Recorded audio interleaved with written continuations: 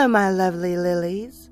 Just recently I sent out a message looking for true horror stories, and I was very surprised. Most of them were online dating stories. So, with it being so close to Valentine's Day, why not? Tonight I have for you 15 online dating horror stories that if you're married, you'll sigh a big sigh of relief that you are. And if you're single, you might count yourself one of the lucky ones this February 14th. So, close the blinds, dim those lights, cuddle under your favorite blanket, and let's begin. Number 1. I went for a drink with a guy I had been chatting with online.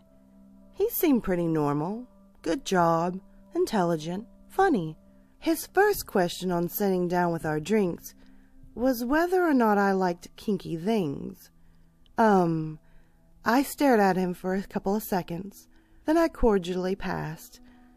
And lucky me, I got to watch him drink his body weight in shots before he started crying about his ex-girlfriend, and then threw up down my shoulder when I was trying to walk him home.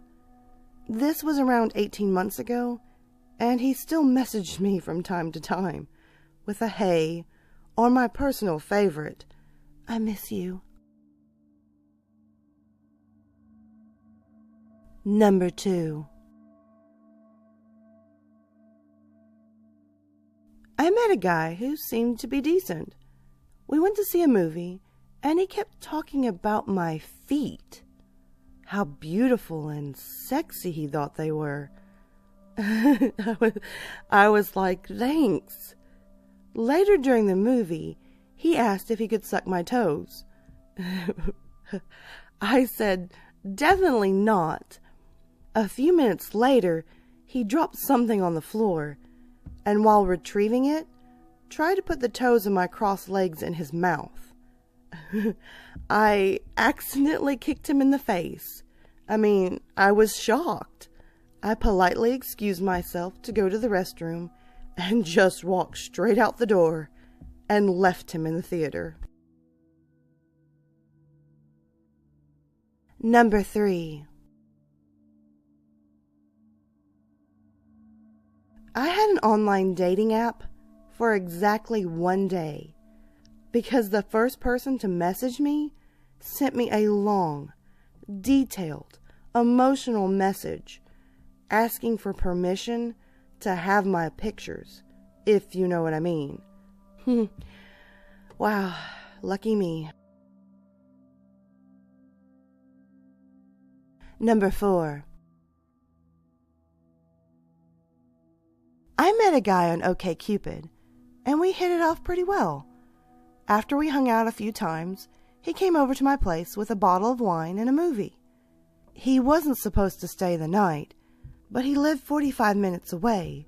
It had snowed earlier, and I lived in a very rural area with a lot of hills and curves. So he decided he was going to stay the night instead of driving home. This only irritated me because he didn't ask. He just decided. But the best part of the night was right before I went to bed, which he was staying on the couch. He asked if I should go freshen up. I looked at him with shock, and he said, "You really need to go freshen up before bed. You could get TSS, toxic shock syndrome." He proceeded to argue with me for a solid 10 minutes about whether or not I should go freshen up. His argument was he was an EMT, and he had a sister, so he knows all about these things. My argument was that I've been a female for 20 years. Needless to say, he went home the next morning, and I've neither talked to him or seen him since. Number 5. I once received a message from a man asking if I like to party because I look like the type of girl who does. Note to self, it's time to check into plastic surgery. Number 6.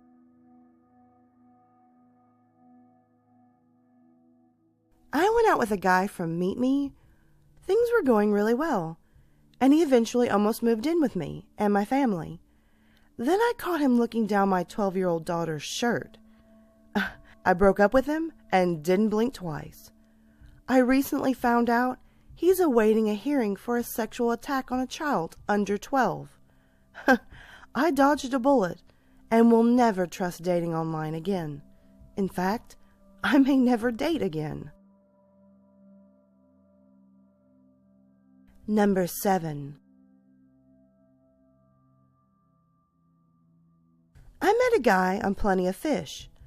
We began messaging, and he seemed like a nice person, so we exchanged numbers. After a few days of talking on WhatsApp, our conversation fizzled out, and we stopped talking. A couple of weeks later, totally out of the blue, he sent me a picture of a random woman's boobs. Confused by this, I just sent back a question mark, and he then said, "Send more." I'm not the kind of person to send pictures of myself to people, ever, so I politely declined his request. He then said, "Send me more, or I'll send that picture of the boobs to everyone you know." Whatever, knowing he was BSing me. He then started reeling off names of people I'm friends with on Facebook, even though I hadn't told him my last name, and we weren't Facebook friends. I was incredibly freaked out and threatened to call the police, which scared him off. I blocked his number, and I set all my Facebook settings to private, and I've not been on Plenty of Fish or anything similar since. Number 8. This guy sent me this message on Tinder: pizza and party. If you could have only seen what he meant by party. I sent back something about how I would definitely take the pizza, but pass on the party. And he replied with, "As long as I get to suck your toes, we're golden." Number 9. I was once talking to this guy online, and after a few hours of nice, PG conversation, he did a complete 180. He asked me where I worked, because I looked familiar. He said I looked like a girl from an amateur porn video. I knew that was not possible. He then asked if he could do things while we continued our normal conversation. After he tricked me into continuing the conversation for a few more minutes, I told him goodbye. Then he berated me with dozens of lengthy messages asking me to help him and tell him what he was doing was normal. Apparently, he has issues with disapproval and couldn't finish without me telling him the simple letters, "okay." Well, guess what?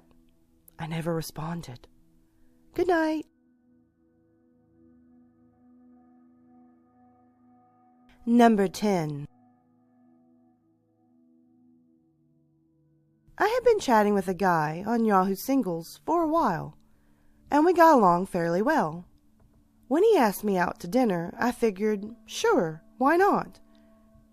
It was singularly the most awkward and uncomfortable evening I had ever spent on a date. We spent our time attempting to make disjointed conversation. At the end of the evening, we just simply said goodnight, and I figured that was the end of it. Approximately 6 months later, I received a message from his Yahoo account that roughly said the following: "Hi, this is Brad's brother. This is going to sound really odd, but Brad is in prison for a few months. A big misunderstanding. And I know he'd really like to hear from you. His address is through the ABC Correctional Facility. Please write him." Number 11. I was talking to this guy on Tinder, and after only a few minutes, he asked me if I would marry him for $10,000. No joke. Apparently, he was foreign and wanted to become an American citizen. he couldn't comprehend why I declined. He said other people would do this for half the money. I was like, not me, hun. Number 12.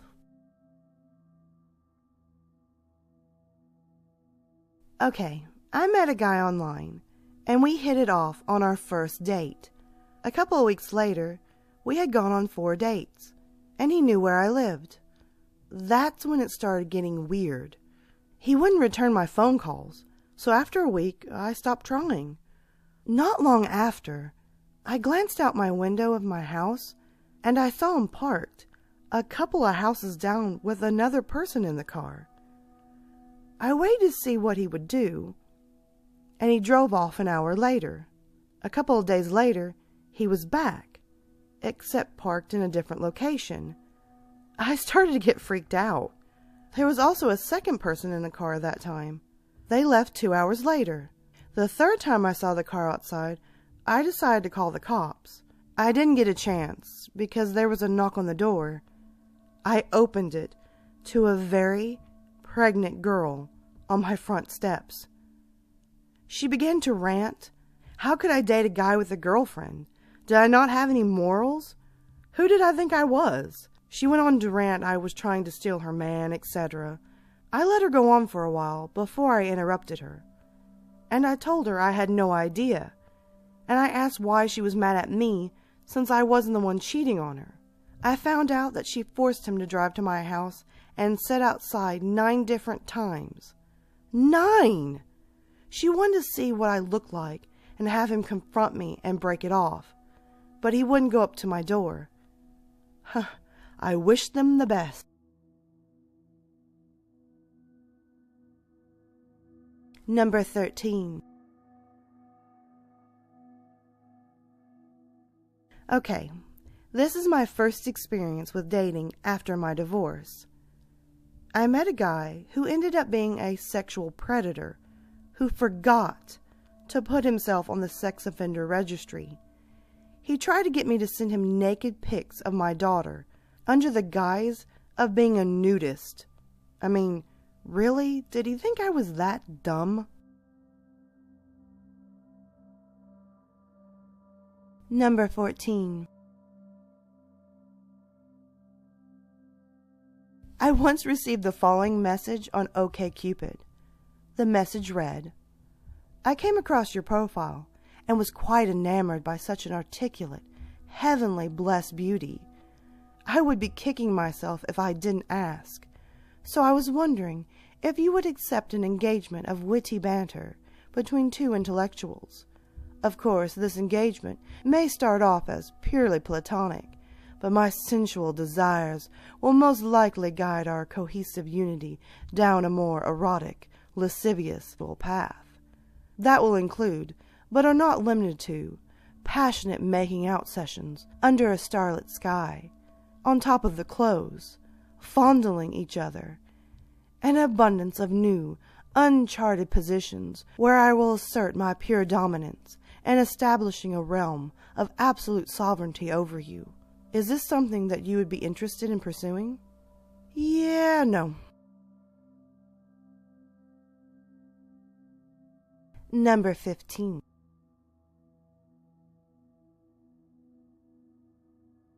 Okay, let me start off by saying, the point of divorce is to get away from your spouse. Well, the first time I decided to use eHarmony matched me with my ex-husband. After we were divorced. Yeah, fate is a cruel mistress.